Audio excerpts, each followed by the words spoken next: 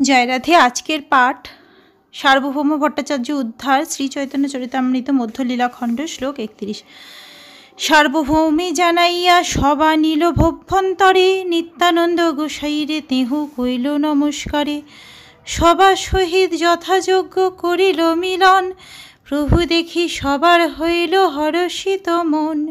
সার্বভৌম পাঠাইল সবা দর্শন করিতে, চন্দনেশ্বর নিজ পুত্র দিল সবার সাথে।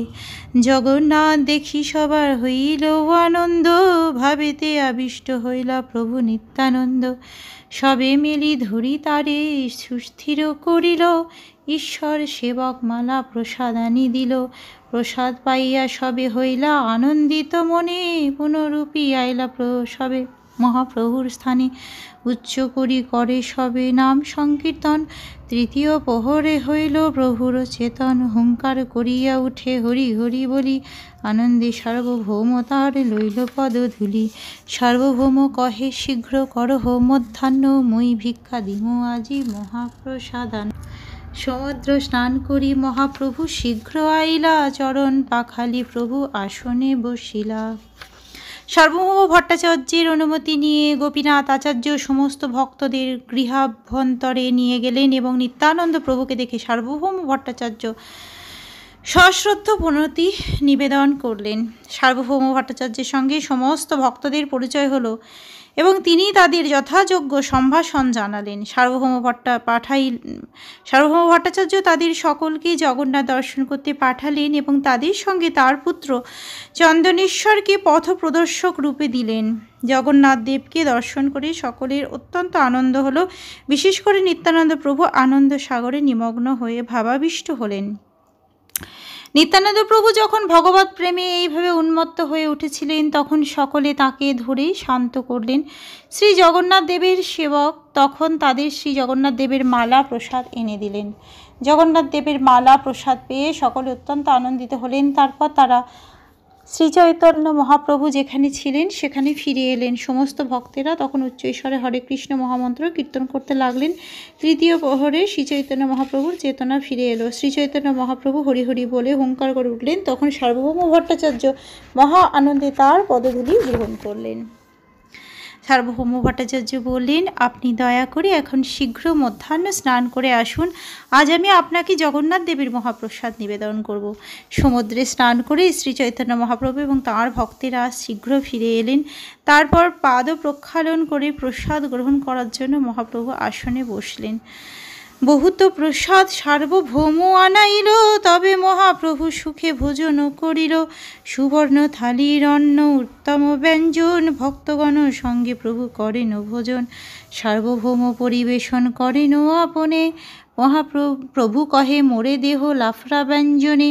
পিঠাপানা দেহ তুমি ইহা সবাকারে, তবে ভট্টাচার্য কহে ঝুড়ি দুই করে। জগন্নাথ কইছে করিয়াছেন ভোজন, আজি সব মহাপ্রসাদ করো আস্বাদন। এত বলি পিঠাপানা সব খাওয়াইলা, ভিক্ষা করাইয়া আচমন করাইলা। সার্বভৌম ভট্টাচার্য জগন্নাথ মন্দির থেকে বহু রকমের মহাপ্রসাদ আনিয়েছিলেন। মহাসুখে মহাপ্রভু তখন সেই মহাপ্রসাদ ভোজন করলেন।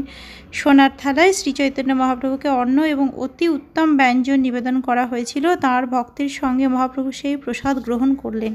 সার্বভৌম ভট্টাচার্য নিজেই পরিবেশন করেছিলেন। শ্রী চৈতন্য মহাপ্রভু তাকে অনুরোধ করলেন, দয়া করে আমাকে কেবল লাফরা ব্যঞ্জন দিন। লাফরা ব্যঞ্জন হচ্ছে এক প্রকার পাঁচমিশালি সবজির ব্যঞ্জন। সেই সমস্ত সবজি একত্রে সিদ্ধ করে 5 ফোড়নের সেঁকা দিয়ে অত্যন্ত সরলভাবে রান্না করা হয়। পিঠাপানাগুলি আপনি এদের সকলকে দিন। সেই কথা শুনে সার্বভৌম ভট্টাচার্য হাতজোড় করে বললেন, জগন্নাথ কিভাবে আজ ভোজন করেছেন তা আস্বাদন করার জন্য আপনি আজ এই সমস্ত মহাপ্রসাদ গ্রহণ করুন।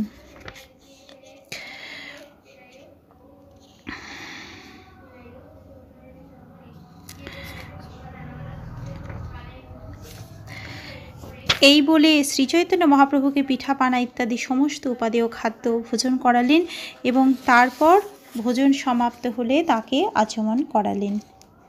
আজকের পাঠ এই অবধি। ভজ শ্রীকৃষ্ণ চৈতন্য প্রভু।